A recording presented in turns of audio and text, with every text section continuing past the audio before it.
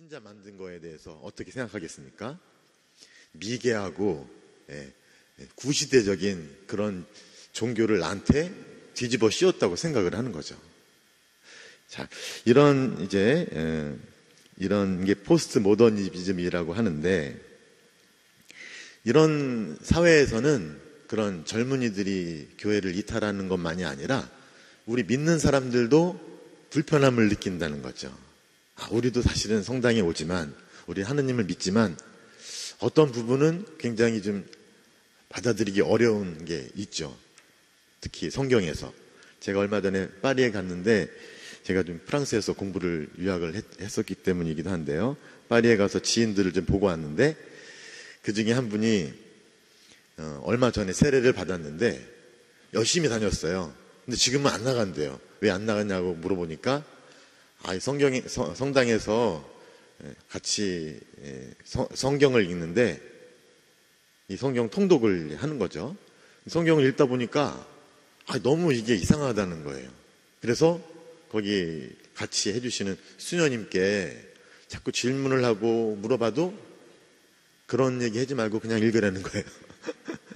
그러다 보니까 이게 너무 자기 생각이나 자기의 믿음과 성경 내용이 너무나 이렇게 어긋나니까 자꾸만 갈등이 생기는 거죠.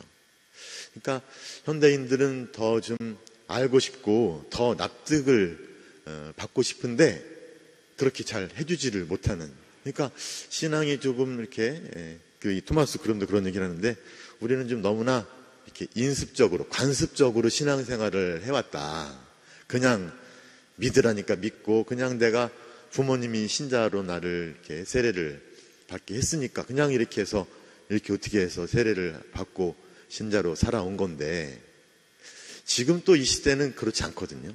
또 아까 포스트 모더니즘이라는 어떤 그런 흐름 안에서 종교와 하느님을 배제하는, 그리고 인간을 중심으로 하는 이런 흐름과 우리들이 살아온 그런 인습적이고 관습적인 신앙 사이에 이 갈등과 마찰이 생기는 거에 대해서 우리는 불편하게 생각하고, 특히 그런 걸 얘기하는 자녀들이나 누군가에게 자신감이 있기 어려운 그런 상황에 우리가 지금 처해 있다. 이런 어려움을 먼저 하나 말씀을 드리고, 포스트 모더니즘의 두 번째 또 주제 중에 하나는 뭐냐면, 저의 박사 논문 지도 교수님이기도 하셨고, 지난번에 저희 수원 가톨릭대학교에서 국제학술대회를 시노달리타스라는 주제로 했었는데, 유튜브에 치시고 수원 가톨릭대학 치시면 그 학술대회를 보실 수 있는데, 그때 발표를 하셨어요. 파리에서 이제 화상으로 강연을 하셨는데, 이분께서는 이 포스트 모던 시대에 시노달리타스가 어떻게 현대인들에게 이렇게 부합할 수 있는지, 그래서 오히려 교회에 기회가 될 수 있는지를 말씀을 하고 계셨어요. 근데 그분께서 포스트 모던 문화를 이렇게 설명을 하십니다. 뭐냐면, 먼저 자유주의적인 개인, 그리고 주관화하는 문화. 이게 표현이 어렵게 느껴지지만 우리가 아는 얘기들입니다. 자유주의적인 개인, 그러니까 그러니까 부모님한테 나를 왜 성당 나가게 했느냐, 나에게는 종교에 자유가 있는데, 그리고 개인이잖아요. 그러니까 옛날 사람들은 관습, 전통, 그 다음에 집단, 또 가정, 뭐 이런 또 사회, 이런 걸 굉장히 중요시했는데, 지금 시대 사람들은 개인이 중요하다는 거죠. 개인 중심, 그리고 주관화하는 문화라고 얘기를 하는데, 좀 더 설명을 드리면, 이 시대는 그런 자율성, 그리고 의식을 갖고 자유롭게 성찰하는 그러한 시대라는 거죠. 그래서 참여를 오히려 몫을 나누고 참여하는 어떤 그런 프로그램을 만들면 굉장히 적극적으로 참여를 한다는 거죠.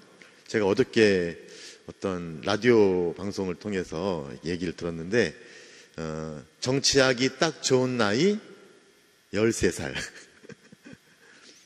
그 13살 된 아이들하고 어떤 프로그램을 진행하면서 아이들이 어떤 입법을 할 수 있고, 또 사법 여러 가지를 좀 하는 경험을 쌓게 하는 그런 이제 프로그램인데, 아이들이 너무나 흥미를 갖고, 예를 들어서 이 사회에서 돌봄 서비스를 어떻게 운영해야 되는가, 이런 거에 대해서 나름대로 생각을 갖고 막 이렇게 또 얘기를 하는 걸 보면서 굉장히 적극적이고, 굉장히, 그러면서 그 아이들이 하는 얘기가, 우리가 이렇게 모여서 함께 참여하면서 이야기를 나누다 보니까 너무 재밌고, 특히 나는 처음에는 내 생각만 갖고 왔는데 함께 이야기를 나누다 보니까 다른 사람들 얘기를 들으면서 내 생각이 변하고, 그래서 우리가 하나로 만들어 가는구나, 이런 걸 경험했대요. 그러면서, 그런데 우리나라 정치인들은 왜 매일 싸우고, 그리고 또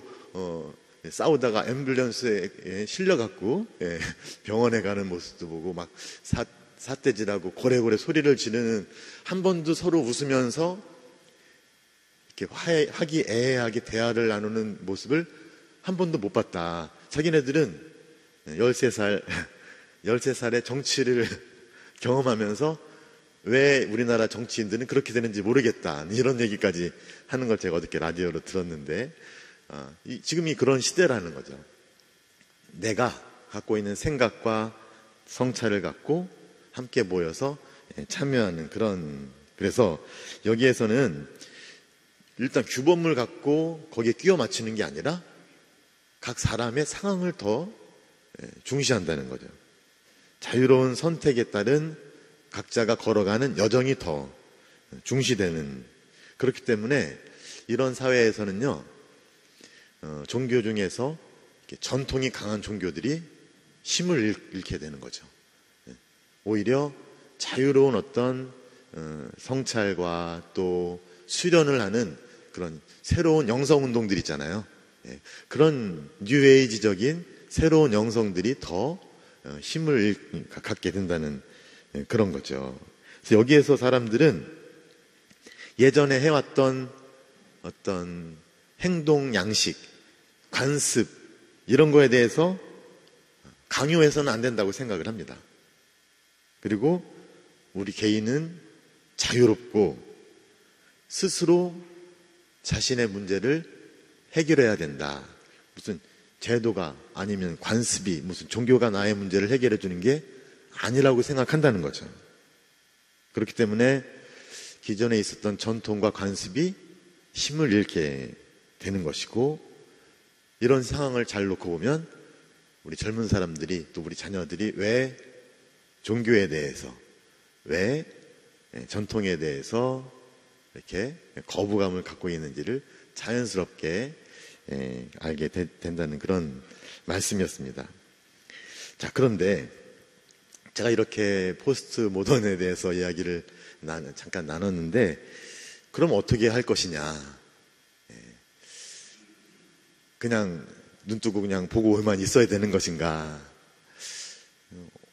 그러면서 한번 생각해 보게 되는 게, 과연 이 포스트 모던 시대의 사람들이 바라보는 것처럼 과연 우리들의 신앙이 캐캐 묵은 전통이고 집단에 의해 강요되는 그런 관습이고 생활 방식인가? 라고 물었을 때는 사실은 아니라는 거죠. 오히려 예수님을 생각해 보시면, 예수님은 어떤 분이셨습니까? 당시에 유다인들이 예를 들어서 예수님이 손을 닦지 않고 음식을 드시는 걸 보고 바리사이들이, 율법학자들이 욕했잖아요. 저 사람은 왜 조상들로부터 물려받은 관습과 전통에 따라서 손을 닦지 않는 건가? 라고 물었을 때, 율법을, 규정을 갖고 이렇게 예수님을 비판했을 때 예수님께서는 그 율법 그 자체가 중요한 것이 아니라 거기에 담겨 있는 정신이 더 중요하다고 말씀하신 거죠. 예수님은 이미 아마도 포스트 모던 시대가 올 거를 알고 계셨는지 이미 이 시대가 지금 추구하는 그런 방향으로 이미 말씀을 하고 그렇게 사셨는데, 우리가 그렇게 생각해 온 거죠. 반대로 우리는 그냥 해오던 대로 살아, 개인을 중시하고 개인의 선택과 참여를 중시하는, 그리고 스스로 납득이 되어야만 하는 어떤 그런 문화인데 이게 은연중에 우리들에게 위협으로 느껴졌지만 잘 생각해 보면 오히려 이런 문화는 우리 스스로에게 여기 계시는 한 분 한 분에게 질문을 던지게 한다는 거죠. 나에게 신앙은 과연 어떤 것인가? 정말 젊은이들이 생각하는 것처럼 캐캐묵은 그냥 어쩔 수 없이 받아들여져야 하는 강요된 나의 생각과 개인적인 의지와는 상관없이 그냥 어쩔 수 없이 받아들여야만 하는 그런 것인가? 아니면 현대인들이 찾는 것보다 훨씬 더 좋고 가치 있고 나에게 기쁨과 행복을 주는 그런 것인가? 나는 성당을 도대체 왜 나오는가? 그냥 의무감에 나오는가? 분명히 의무감도 분명히 있겠죠. 하지만 우리가 이렇게 성당에 미사도 나오시고 또 오늘 이렇게 함께 말씀을 함께 나누기 위해서 오셨다는 것은 신앙에서 분명히 뭔가 좋은 것을 이미 맛보셨고 그걸 더 잘 깊이 알고 싶기 때문이 아니겠습니까? 그렇기 때문에 저는 지금 이 포스트 모던이라는 이 시대가 우리에게 도전이면서 하나의 기회다. 어떤 기회냐? 우리의 신앙에 대해서 더 잘 알게 하는, 더 깊이 찾게 하는 그런 기회가 될 것이다 라는 생각이 들었습니다. 그런 면에서 저는 지금부터 이제 몇 가지 주제를 갖고 한번 신앙에 대해서 한번 생각해 보려고 하는데, 먼저 순종이라는 말 있죠. 순종. 신앙은 순종입니까? 아니면 순종의 반대말이 뭡니까? 반항. 한번 잘 생각해 보면 될 것 같아요. 순종의 반대말이 뭘까? 순종은 따르는 거잖아요. 그런데 이 따르는 거 안에는 강요돼서 외부로부터 이렇게 시킴을 받아서 따르는 것이 있는가 하면 그거의 반대말은 스스로 따르는 게 있겠죠. 그렇죠? 스스로. 거기 옳아서. 예를 들어서 여러분들 다 그런 경험 해보셨잖아요. 내가 예전엔 몰랐는데, 어렸을 땐 몰랐는데 내가 이렇게 결혼도 하고 아이도 낳고 또 나이도 들고 하면서 하다 보니까 옛날에 부모님들이 왜 나에게 그런 말씀을 하셨고 왜 그렇게 하셨는지 나는 이제 이해가 간다. 그래서 이제는 어렸을 때는 내가 어머니 아버지에게 반항도 하고 했는데 지금은 부모님의 그 말씀과 가르침에 내가 순종하게 되는 거죠. 따르게 되는 거죠. 왜 따릅니까? 그게 옳은 거를 알기 때문에 따르는 거죠. 우리 신앙도 그런 부분이 분명히 있다는 거죠. 우리는 신앙에서 순명을 이야기하지만 이것은 강압에 의한 순종이 아닌 거죠. 여러분들 루카복음 1장에 보면 가브리엘 천사가 마리아를 찾아온 대목 기억하시죠?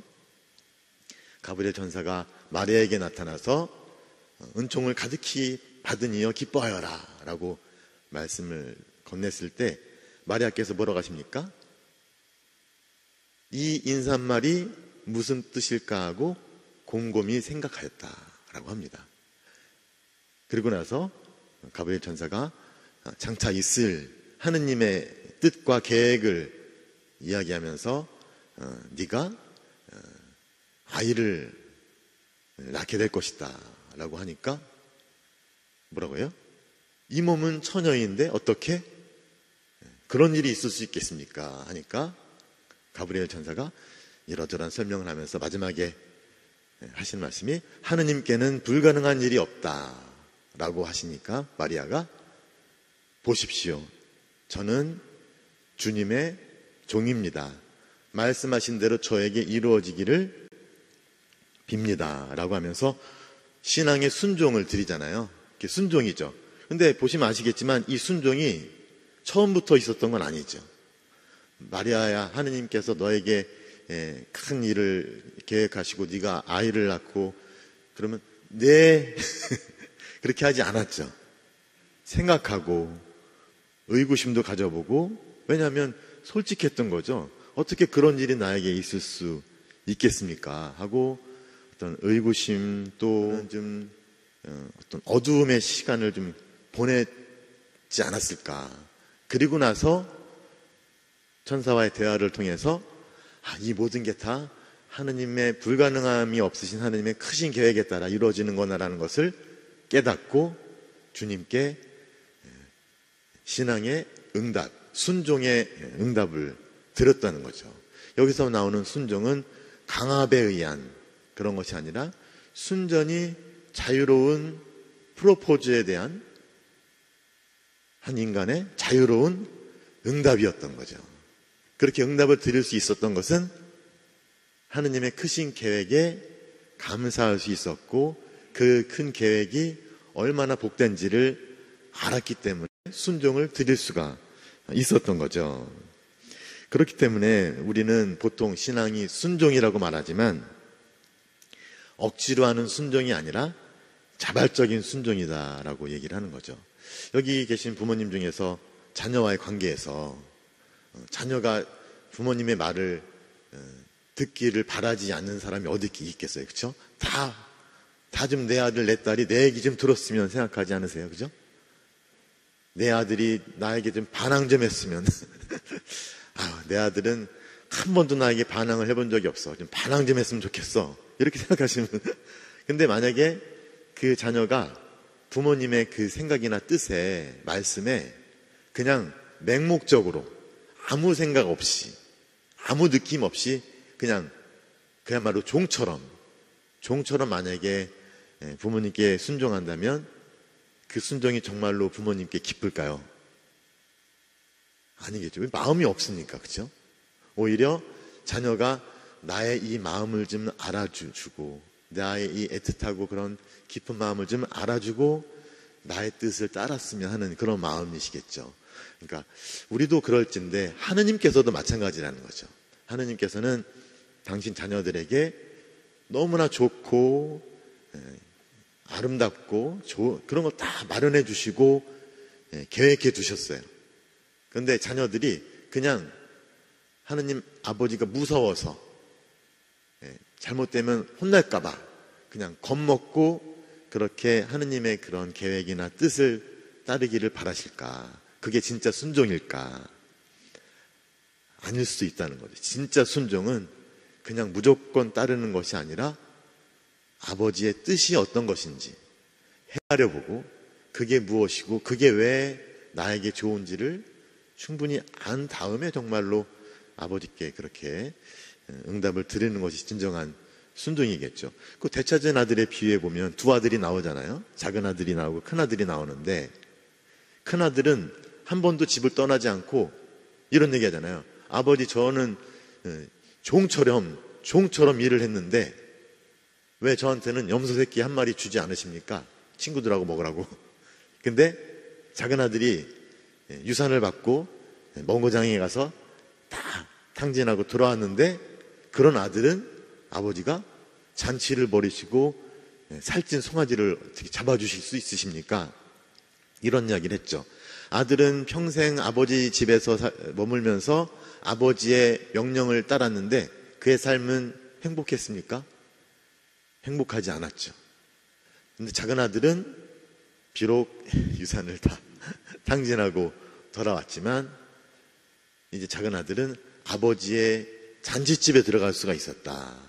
그 아들의, 작은 아들의 아버지로께로 돌아온 그 마음이 사실은 아버지가 바라셨던 진정한 어떤 순종이 아니었을까. 우리에게도 어떤 그런 순종에 대한 생각들이 좀 필요하지 않나라고 생각이 드는데, 이것과 관련해서 의무라는 주제를 한번 또 다뤄볼 수가 있습니다. 의무. 그러니까 자, 신앙은 의무인가? 우리는 과연 성당을 의무로 다니는가? 물론 우리는 신자로서 해야 할 의무가 있다고 배웠죠. 근데 이 의무도 사실은 순종하고 비슷한 거죠. 우리가 그냥 무조건 그냥 하라니까 의무로 부과됐으니까 하는 게 아니죠. 예를 들어서 지금 이 오늘 특강 자리인데, 이 특강이 의무이기 때문에 오신 분 한 분도 안 계시겠죠? 계신가요?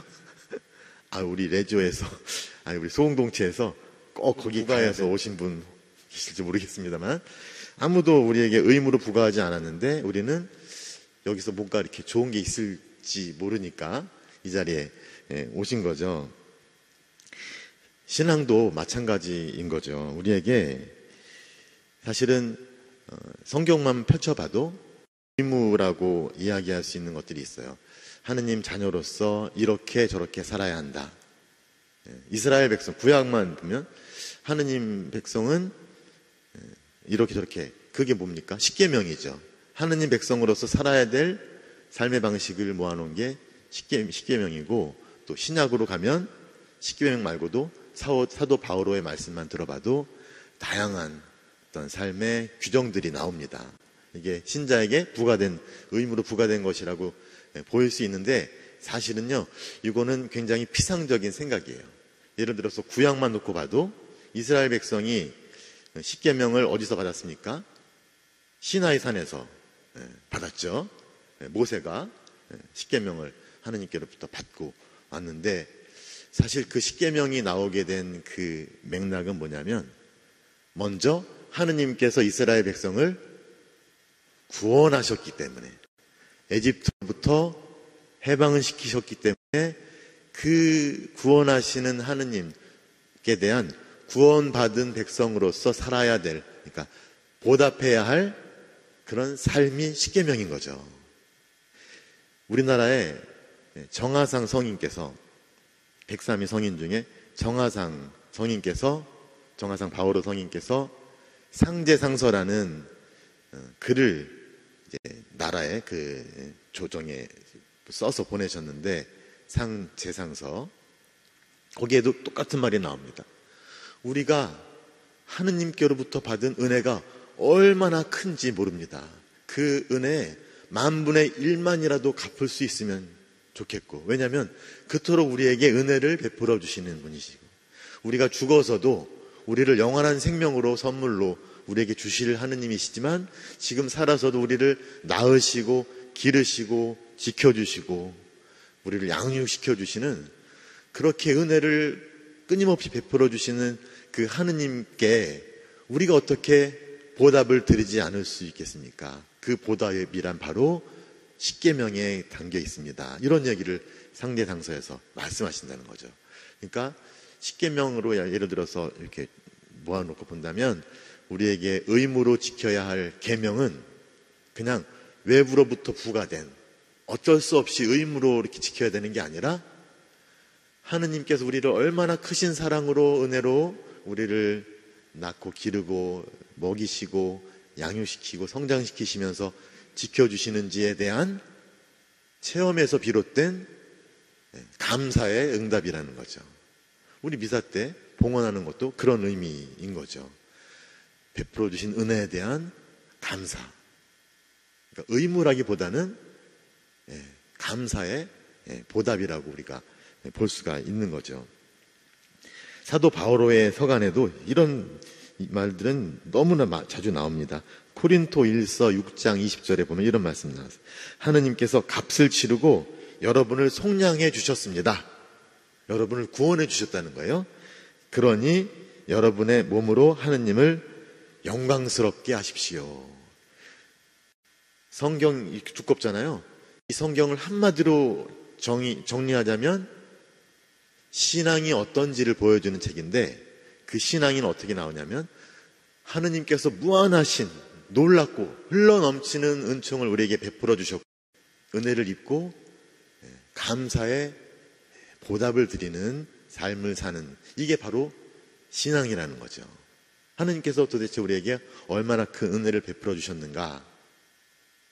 우리 자녀들이 부모님들께 이런 얘기를 하면, 약간 좀 배은망덕한 아이들은 엄마 아빠가 나한테 뭘 얼마나 잘해주셨길래 그런데 여러분들 아시잖아요. 여러분들이 사실은 부모님께로부터 받은 은혜가 사실은 어렸을 땐 잘 몰랐는데, 여러분들이 이렇게 결혼도 하시고 아이도 이렇게 자녀도 양육하시면서 부모님이 나에게 얼마나 큰 희생과 사랑으로 나에게 은혜를 베풀어 주셨는지, 그 은혜 내가 우리에게 도대체 뭘 얼마나 잘 해주셨기에 라고 생각해 볼 수도 있지만, 우리가 좀 더 성장하면서 느끼는 건, 맞아, 정말 하느님이 아니셨다면 내가 어떻게 이렇게 생명을 얻어서 살 수 있고, 어떻게 내가 이렇게 건강하게, 또 내가 이렇게 많은 분들과 신앙을 갖고 살 수 있었을까,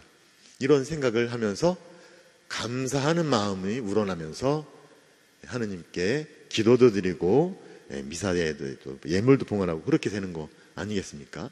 그러니까 우리가 보통 의무라고 생각하는 것이, 신앙은 의무다, 사실은 외부로 부과된 그런 의무가 아니라는 거죠. 그래서 우리가 만약에 자녀들에게 성당에 좀 나가자고 얘기할 때, 성당은 나가야만 해, 주일 미사 참여하는 것이 의무야, 이런 말로 접근하면 현대인들은 거부한다는 거죠.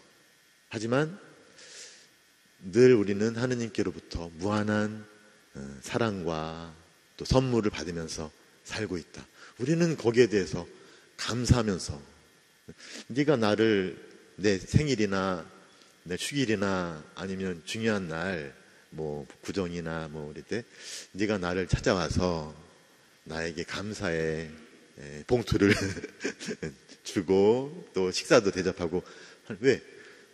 이게 의무이기 때문이 아니라 네가 나의 사랑을 너무나 잘 알기 때문에 그거에 대해서 감사하는 마음으로 오는 것이 아니겠느냐. 마찬가지로 우리도 이 모든 게 다 하느님께로부터 받은 것이고, 우리는 그 받은 은혜에 대해서 정말로 감사하는 마음으로 보답해 드려야 된다. 이게 사실은 우리가 성당에 나가는 이유지 의무이기 때문은 아닌 것이죠. 우리가 조금만 생각해 보면 우리의 신앙의 그 깊이는 그야말로 헤아릴 수 없을 정도라는 거죠. 자, 제가 처음에 순종 말씀드렸고, 그 다음에 의무 말씀을 드렸는데, 이제는 자유에 대해서 한번 얘기해 볼 수 있을 것 같아요. 자유.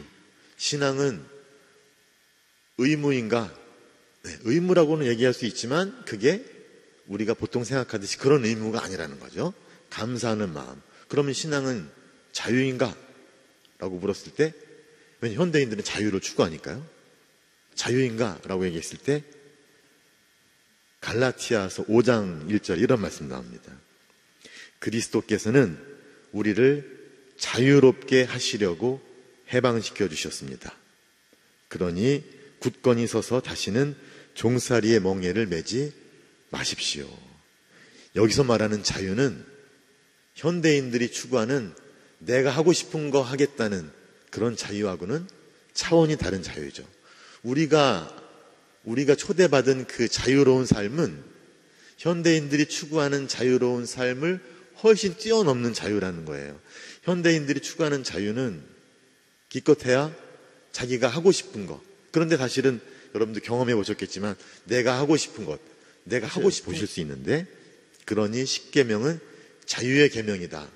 어떻게 십계명이 자유의 계명입니까? 우리에게는 하라, 하지 마라. 그러니까 우리에게 제약이 되는, 우리의 자유를 제한하는 것이 아닙니까? 라고 물었을 때, 사실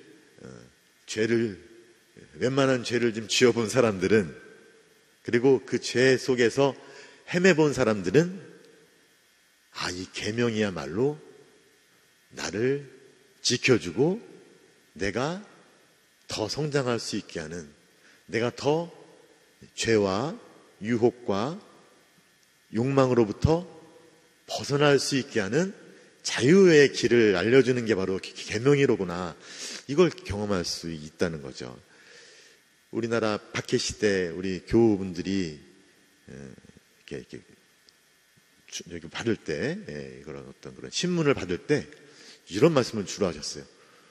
우리 교는 여러분들이 결코 벗어날 수 없는 그 욕망으로부터 자유롭고 이렇게 벗어나게 해줄 수 있는 종교다. 우리 신앙 선조분들에게 이 십계명은 우리 스스로는 도저히 할 수 없는 어떤 그런 탐욕, 식탐이라든가 다양한 그런 우리 자신의 늘 빠져서 살 수밖에 없는 그 그 굴레로부터 벗어날 수 있게 하는, 자유롭게 해줄 수 있는 그런 게 바로 십계명이다라는 인식을 갖고 그렇게 사셨어요. 그래서 옛날에 소제, 대제 잘 지키셨잖아요. 그래서 어떤 금육해야 되는 날, 또 금식해야 되는 날을 제약으로 느낀 것이 아니라 나의 인격을 더 성장시키고 나를 더 욕망으로부터 자유롭게 할 수 있는 아주 좋은 기회로 삼고 그런 걸 받아들이셨다는 말씀을 들은 적이 있는데, 그것처럼 우리에게 주어진 계명은 우리를 속박시키고 우리를 괴롭히려고 하는 것이 아니라 오히려 우리가 더 자유로워지도록, 우리가 더 하느님을 기쁘게 섬기며 살 수 있도록, 우리 각자의 삶을 더 행복하게 살 수 있도록 하는 자유를 주는 그런 것들이다라고 이야기해 볼 수가 있는 거죠. 그래서 우리 교회 안에서 뭐 하라, 뭐 하지 마라 라는 말이 있을 때 그것은 단순히 처음에는 우리에게 제약으로 다가오지만 그것에 잘 생각해 보면 의미가 있다는 거죠. 아, 이래서 십계명이, 이래서 교회가 나에게 이러저러한 것을 하라고 말씀하시는구나. 아, 이렇게 말씀하시니까 내가 너무 자유롭게 봉헌도 할 수 있고 자유롭게 시간을 내서 희생도 할 수 있는 것이죠. 이런 것이 없었다면, 계명이 없고 규정이 없었다면 나는 그냥 그저 세상 사람들하고 똑같은 하루하루의 삶을 살면서 생을 마감할 수밖에 없겠죠. 하지만 이 계명이, 이 규정이 내가 오늘 세상과는 다른 좀 더 자유롭고 조금 더 고결한 삶을 살도록 해준다는 것을 우리는 경험으로 깨달을 수가 있다는 겁니다. 자, 또 하나의 주제는 개인입니다. 개인. 자, 우리는 보통 우리라고 하면서 우리는 하느님의 백성, 공동체에 속한 사람들이라고 얘기하고, 그래서 우리는 종종 늘 공동체 일원으로 많이 생각을 하는데 현대인들은 개인이 더 중요하다고 얘기하잖아요. 그죠? 과연 신앙은 개인을 무시하는가? 라고 물었을 때 뭐라고 우리는 대답할 것인가? 오히려 아니다라는 거죠. 우리가 미사 때 전능하신 천주 성부 천지 창조들을 저는 믿나이다. 저는 믿나이다. 누구예요, 제가? 나인 거죠, 나. 나는 믿나이다. 물론 우리가 함께 나는 믿나이다 하니까 우리 공동체의 믿음을 이야기하는 것이지만 동시에 나는 나인 거죠. 우리에게 말씀을 건네실 때 이 복음 선포 자리에서 하느님 말씀이 선포될 때 그 말씀이 다다르는, 건네지는 대상은 누구예요? 물론 공동체지만 공동체 안에 있는 한 사람 한 사람 개인이라는 거죠. 그 말씀이 하나이지만 받아들이는 사람들의 다양한 삶 안에서는 정말로 다양한 의미로 다가올 수밖에 없는 거죠. 하느님은 늘 한 사람 한 사람에게, 개인에게 당신의 말씀을 건네주신다는 겁니다. 오늘 이 자리에서 함께 나누는 이야기를, 말씀을 통해서 여기에 계신 한 분 한 분들은 저와 이 말씀과 또 이 오고 가는 이 대화를 통해서 여러분 각자에게 여러분에 맞는, 여러분을 위한 말씀을 하느님께서 건네주신다는 겁니다. 그러니까 신앙에서 개인은 공동체에서 사라지는 어떤 무의미한, 무가치한 게 아니라 오히려 개인을 위해서 공동체가 존재한다고 할 수 있을 정도로 우리에게 개별, 우리 각자는 중요하고 소중하다는 것이 우리의 가톨릭 신앙이라는 거죠. 이쯤에서 저는 그렇다면 이 개인과 공동체는 과연 무엇일까? 우리에게 공동체. 아까 제가 처음에 시작하면서 말씀을 드렸죠. 아, 우리가 그동안 코로나로 인해서 그렇게 갈망했던 것이 이 공동체인데, 물론 현대인들은 개인을 표방하고 추구하지만 사실 보시면 그렇게 개인을 중시하는 이 우리 자녀들도 보면 늘 공동체를, 커뮤니티를 이루잖아요. 그러니까 인간은 이 공동체를 떠나서 혼자 살 수는 없다는 거죠. 근데 우리 각자에게 한번 물어보죠. 우리 각자에게 이 공동체는 과연 어떤 의미인가? 얼마나 나에게 소중한 존재인가를 생각해 볼 때 이 코로나로 인해서 우리가 이 공동체 의식이 많이 퇴색된 건 사실입니다. 하지만 동시에 공동체가 얼마나 우리에게 소중한지도 일깨워줬죠. 공동체가 소중하지 않다면 나는 그냥 텔레비전 앞에서 텔레비전 미사 보면서 아니면 성경책 펼쳐놓고 기도서 펼쳐놓고 그냥 개인 기도하며 살면 돼요.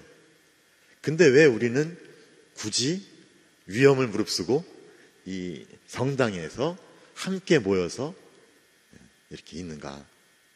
사제가 있기 때문에, 성사가 있기 때문에, 물론 중요한 부분이지만 그보다 더 중요한 것은 바로 이 공동체라는 거죠.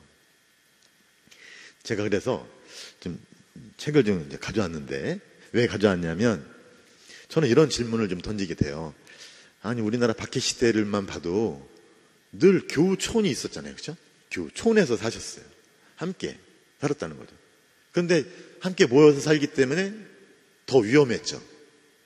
왜냐하면 외부 사람들에게 발각될 위험에 노출되어 있는 거잖아요. 그래서 박해도 받고 그래서 순교까지 하시게 됐는데 왜 굳이 그렇게 모여서 살았을까? 왜? 그냥 혼자서 각자가 이제 우리말로 각계전투 하듯이 각자가 그냥 자기 집에서 혼자 몰래 하느님께 기도하고 신앙생활 하면 됐지. 계명 지키고 굳이 왜 모여서 함께 초혼을 이루면서 살고 그렇게 목숨까지 바치셨을까? 이런 질문을 좀 하게 되는데 이 신앙 선조분들의 이야기를 좀 들어보면 뭔가가 좀 있더라고요. 자, 그래서 제가 오늘 이 공동체하고 관련된 말씀을 좀 드리면서 오늘 이 시간을 마무리할까 하는데, 공동체 마지막 주제예요. 아까는 처음에 뭐 순종, 의무, 그리고 그다음에 자유, 또 개인 이런 얘기 했잖아요. 그러니까 현대인들이 추구하는 어떤 그런 가치, 신앙이 과연 그런 가치와 반대되는가? 아니다. 현대인들이 추구하는 어떤 자유, 개인, 그다음에 주체 뭐 이런 것과 반대되는 것이 아니라 오히려 그걸 훨씬 뛰어넘는 가치를 우리에게 제공해 주는 것이 신앙이고 그것이 우리 신앙을 달리 보게 한다는 게 저의 주장이었는데 이제 오늘 이야기를 마무리하는 주제는 공동체로 제가 잡았는데 왜 공동체로 잡았느냐? 제가 2021년 1월 작년 1월이죠. 파리 가톨릭 대학교에 전례 학부라고 있어요. 여러 신학계 여러 분야에서 전례 분야가 있어요. 그러니까 전례면 여기서 행해지는 그런 이제 거룩한 예식이잖아요. 공동체가 함께하는 예식인데 이 파리 가톨릭 대학교에서 저에게 연락을 하신 이유는 물론 제가 거기서 공부하기 때문이기도 하지만 그때 당시에는 코로나 때문에 미사가 중단된 것이 우리나라만이 아니라 전 세계적으로 특히 프랑스 같은 경우에는요. 우리나라가는 상상도 할 수 없을 정도로 많은 피해가 있었던 곳이죠. 그래서 나라에서 굉장히 엄격한 그런 통제를 어느 순간은 했었어요. 그러고 나니까 이 프랑스 사람들은 아주 자유분방한 사람들이거든요. 마스크 끼기도 거부하는 사람들이 그 사람들이에요. 그 미사도 못하게 하니까 아주 그냥 굉장히 좀 억눌려 있었죠. 그런데 그분들이 이제 파리 가톨릭 대학교에서 누구를 떠올렸냐면 바로 한국의 박해시대 신자들을 떠올렸어요. 물론 프랑스 파리 예방정교회 선교사 분들이 우리나라에 처음 오셔서 우리나라의 복음화를 위해서 투신하셨죠. 그중에 10분이 103위 성인에 들어가 계시잖아요. 그런 어떤 전 역사도 있지만 한편으로는 그분들이 봤을 때 지금 우리가 코로나로 인해서 미사도 없고 성사도 받을 수 없고 이렇게 됐을 때 과연 한국의 그 신자들 특히 박해시대라는 100년이 넘는 물론 100년 동안 드문드문 선교사가 계실 때가 있었죠. 하지만 대부분은 선교사를 보지도 못하고 신앙생활을 하신 분들이죠. 그 길었던 100년 선교사도 없고 미사도 없고 성사도 거의 불가능했던 그 길었던 시간 동안에 한국의 그 신자들은 어떻게 신앙생활을 했고 어떻게 신앙을 전수했길래 목숨을 바치는 순교까지 이를 정도였을까.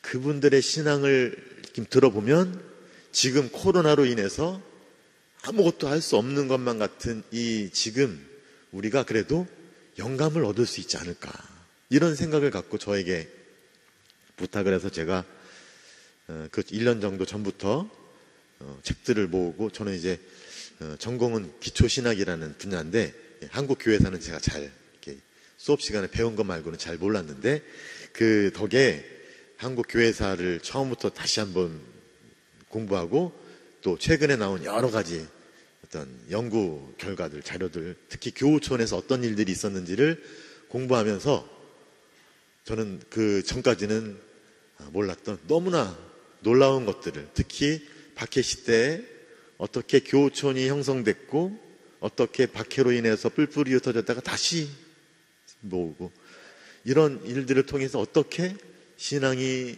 전달되었고 신앙이 어떻게 살았는지를 볼 수가 있었는데, 사실 그때 했던 강연을 제가 뭐 유튜버는 아니지만 그래도 채널이 있어요. 그래서 유튜브에 제 이름 치시면 그 영상 중에서 파리 가톨릭 대학교에서 제가 이제 줌으로 했죠. 여기서 영상으로 발표를 했고 제가 이제 그 밑에다가 자막을 달았는데 보실 수 있는데, 아무튼 그건 이제 다른 얘기고, 거기서 제가 발견한 것 중에 하나는 박해에도 불구하고 신자들은 함께 공동체를 이뤘다는 거, 위험을 무릅쓰고, 그리고 함께 전례를 거행했다는 거.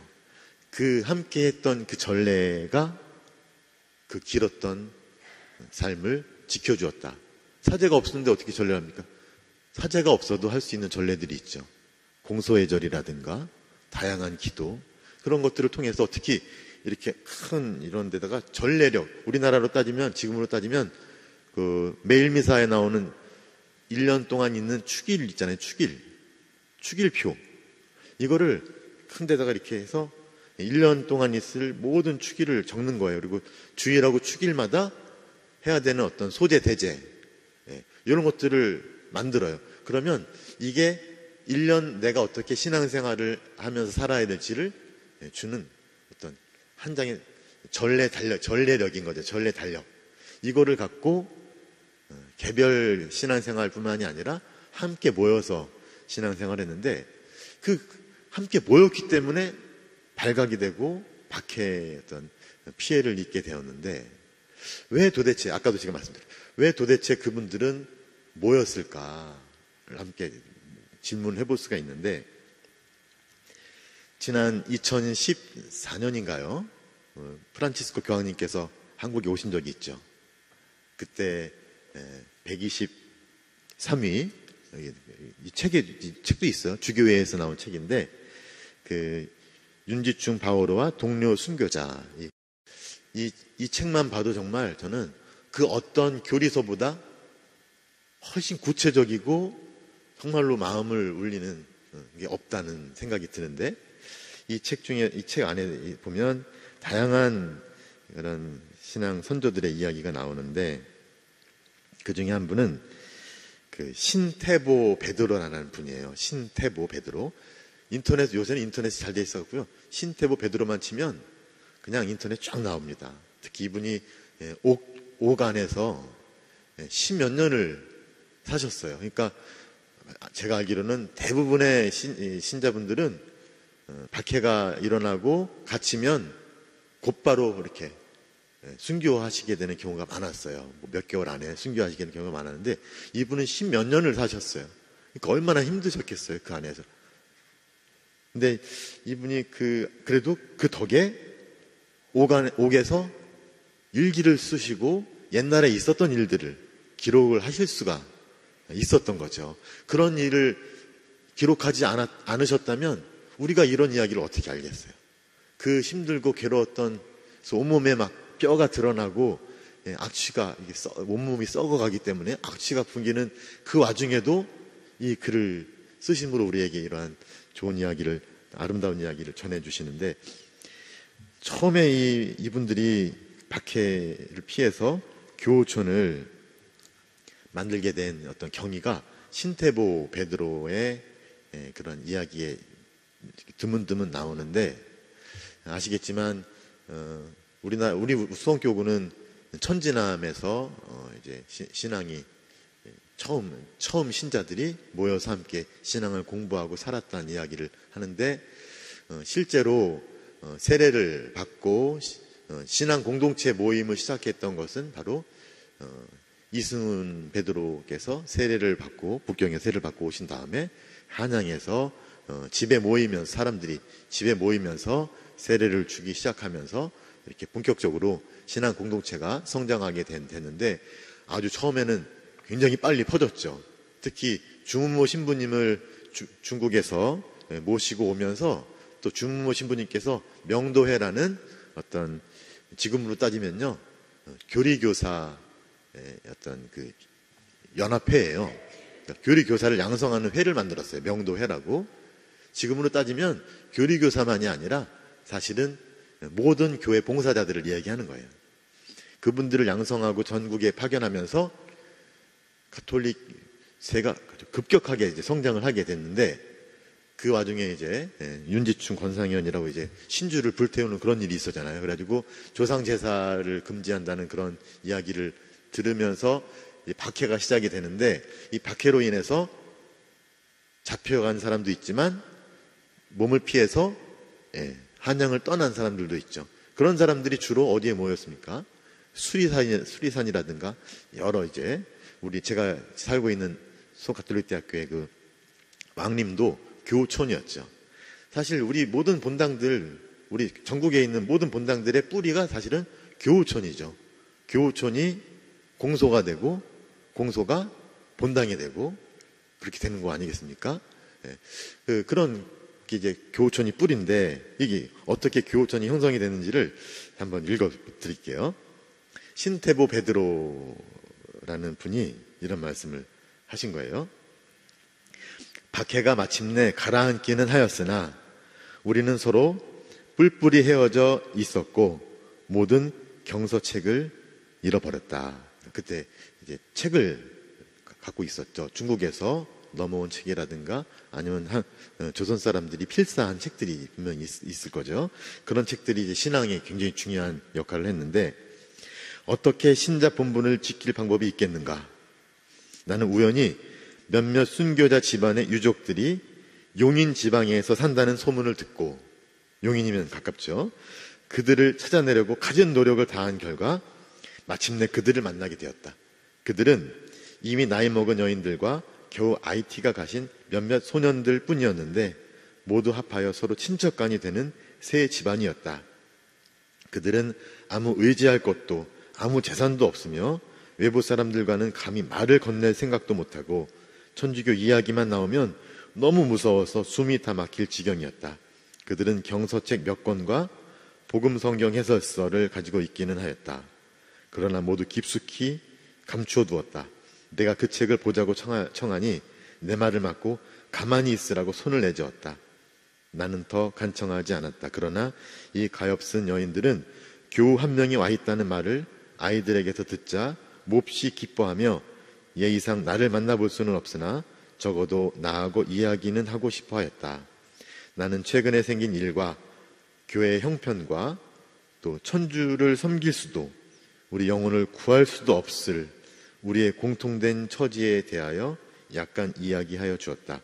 그 여인들은 매우 감동하여 어떤 이들은 눈물을 흘리기까지 하며 우리가 서로 힘이 되기 위하여 자주 연락을 했으면 좋겠다는 말을 하였다. 나는 거기서 40리 되는 곳에 살고 있었는데 그때부터 8일이나 10일에 한 번씩 서로 찾아다녔다. 오래지 않아 우리는 한 집안 식구나 다름없이 서로 깊고 진실한 정이 들게 되었다. 우리는 성서를 다시 읽기 시작하였고 주일과 축일의 의무를 지키기 시작하였다. 이 사람들은 신부에게서 성사를 받았었다. 그래서 신부와 그의 권고에 대한 자세한 이야기를 들으니 신부를 직접 보는 듯한 느낌이 들었다. 이분은 신부님 한 번도 본 적이 없는 사람이었죠. 내 마음속에는 기쁨과 행복이 번졌다. 그것은 마치 보물을 발견한 거나 진배 없었다. 나는 이 교우들을 모두 천사들처럼 사랑하였다. 뭐 이런 이야기가 이제 쭉 이어져 나오는데, 이 이야기가 굉장히 중요한 것이 어떻게 박해를 피했던 신자들이 모여서 함께 기도하고 그리고 함께 이사를 해서 거주를 딴 데로 옮기면서 교우촌을 이뤘는지를 알려주는 굉장히 중요한 자료인데, 이 내용만 잠깐만 봐도 이분들이 얼마나 이 신앙을 함께 살려고 했는지를, 그리고 그렇게 함께 만나서 함께 기도하는 게 그들에게는 얼마나 기쁨이고 행복인지를 이 글이 잘 보여준다는 거죠.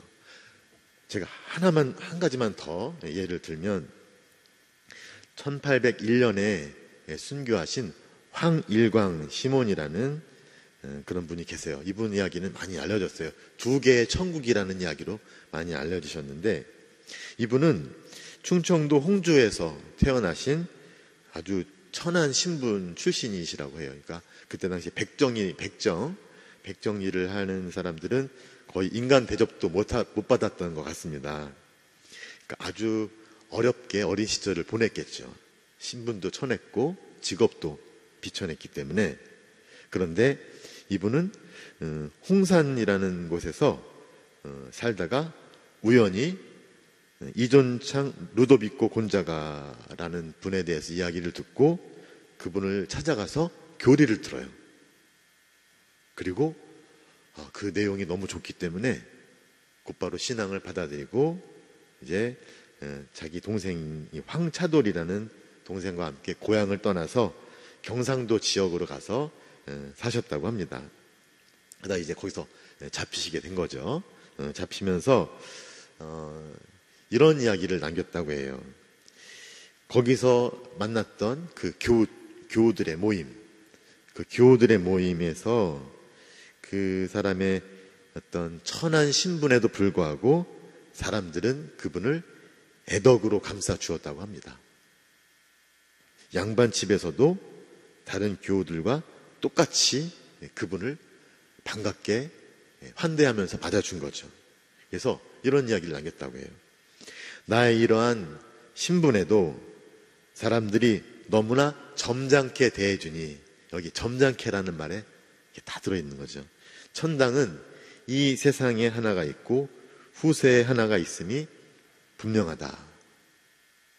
그러니까 이분은 이 교우들의 모임에서 자기를 그렇게 한 형제로 받아주는 이 사람들의 그 모임에서 세상에서는 경험할 수 없었던 너무나 큰 행복과 기쁨을 맛볼 수 있었던 거죠.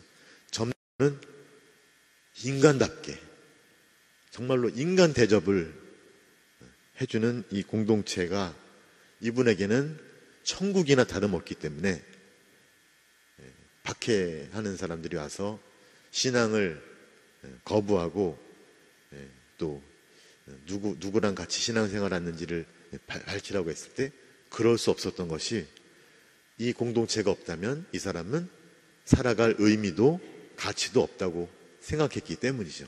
그만큼 그 공동체가 나를 정말 한 형제로 자매로 받아들이는 그 공동체가 나에게는 인생의 의미이고 살아가는 이유였고, 그렇기 때문에 박해 앞에서 순교로 이렇게 나아갈 수가 있었던 거죠. 아까 그 신태보 베드로라는 분도 이런 말씀을 남기셨습니다. 공동체가 얼마나 소중했는지를. 옥중에서 혹독한 형벌로 인해서 온몸이 막 이렇게 상처 입은 것뿐만이 아니라 이렇게 합니다. 내 다리는 살이 헤어져서 뼈가 드러나 보였으며 앉을 수도 밥을 먹을 수도 없었다. 내 상처는 골마서 참을 수 없는 악취를 풍겼다. 더욱이 내 방은 벌레와 이투성이었으므로 아무도 내게 근접할 용기를 내지 못하였다. 다행히 건강한 몇몇 교우들이 부축을 해주어 몸을 좀 움직일 수가 있었는데 그들은 가끔 내 방을 치워주기도 하였다. 이 애덕의 행위를 어떻게 감사드려야 할지 라는 말씀을 남기셨는데, 그러니까 그러한 상황에서도 교우들은 세상 사람들과 다른 그런 애덕을, 사랑을 실천하고 살았다는 거죠. 그러니까 그 공동체가 삶의 의미고 이유였기도 했지만 또 그 공동체가 끝까지 돌봄을 실천했던 거죠. 한 가지 예만 더 들어드리면 앵베르 주교님이라고 우리나라에 초기에 오셨던 주교님 중에 한 분이신데, 그분께서는 이제 편지글에 나오는 거예요. 조선에 왔는데 박해 상황이기 때문에 굉장히 두려워서 잠을 이룰 수가 없었다고 해요. 굉장히 불안한 거죠. 그런데 교우들을 만나서 함께 기도하고 함께 지내다 보니 어느새 내 마음에 두려움이 하나도 없이 사라져버리고 깊은 평화가 나를 지배하게 되었다. 이런 편지글도 남겨주셨죠. 오늘 이야기를 마무리하면서 아까 제가 포스트 모던 시대 개인이 중요하고 그다음에 어떤 집단, 관습 뭐 이런 거보다는 나 스스로 찾아서 발견하고, 물론 이 시대가 굉장히 중요한 가치들을 우리에게 이야기해 줍니다. 오히려 우리나라는 이 공동체로 인해서 오히려 개인의 자유가 너무나 이렇게 제한되고 어쩔 수 없이 따라야만 하는 게 굉장히 힘들잖아요. 우리 여러분들 대인관계에서도 그런 걸 많이 느끼시는데, 하지만 우리 신앙 선조들의 이야기를 통해 보면 지금 우리가 이렇게 모여서 함께 이루는 이 공동체, 사실은 이분들이 아셨던 바로 그 공동체, 교우천의 공동체가 지금 여기까지 이제 계속 이어져 오고 있는 거죠.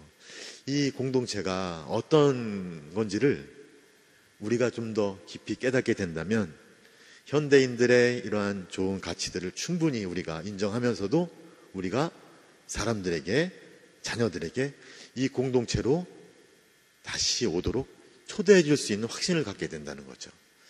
우리가 만약에 이분들이 이야기한 것처럼 이 성당 안에서 서로가 서로에게 인간 대접을 해주고 서로가 서로를 섬기고 존중하고 그 다음에 한 사람 한 사람의 이야기를 소중히 받아들고, 그러니까 세상 사람들이 하는 잣대로 이 사람이 가진 게 얼마고 재산이 어떤 거고 그 다음에 사회적인 지위가 어떻고, 예?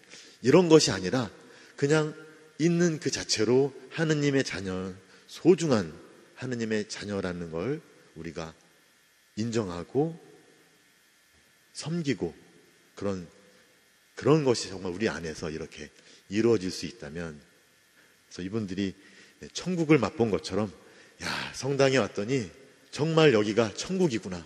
물론 세상처럼 나를 괴롭히는 사람이 있을 수 있습니다.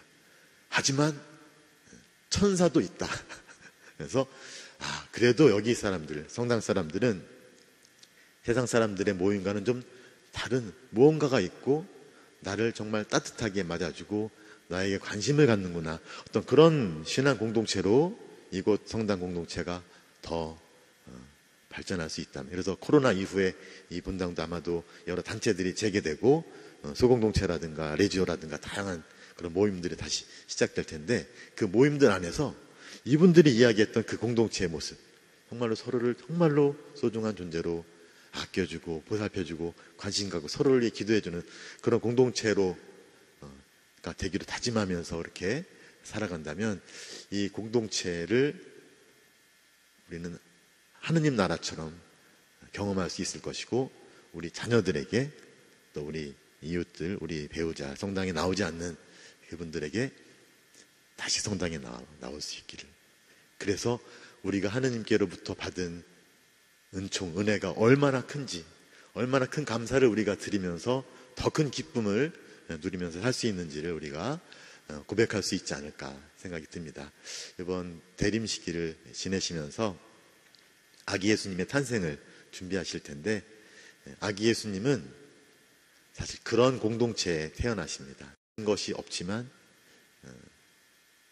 정말로 가난하고 겸손한 마음으로 구세주를 기다렸던 목자들과 또 성가정에 이렇게 오신 것처럼 우리 대림시기 동안 우리의 마음을 더 가난하고 겸손하게, 하지만 우리가 하느님의 사랑을 받는 얼마나 소중한 존재인지를 더 깊이 체험하면서 바로 우리의 그런 마음 안에 오시기를 청하면서 우리들 공동체 안에서 서로를 위해주고 보듬어 안아주고 또 섬기는 그러한 공동체로 조금씩 성장할 수 있다면 이번 성탄 정말로 큰 기쁨이 되지 않을까 싶고, 그리고 포스트 모던 시대에서 성당을 떠나 있는 그 사람들에게 이번 성탄 때 다시 한번 신앙생활을 기쁘게, 의무가 아니라 기쁨으로 더 큰 자유를 누리면서 다시 한번 시작하자고 우리가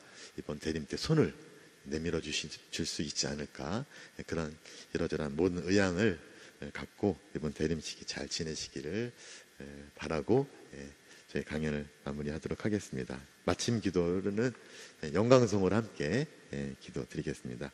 성부와 성자와 성령의 이름으로 아멘. 영광이 성부와 성자와 성령께 처음과 같이 이제와 항상 영원히 아멘. 성부와 성자와 성령의 이름으로 아멘. 감사합니다.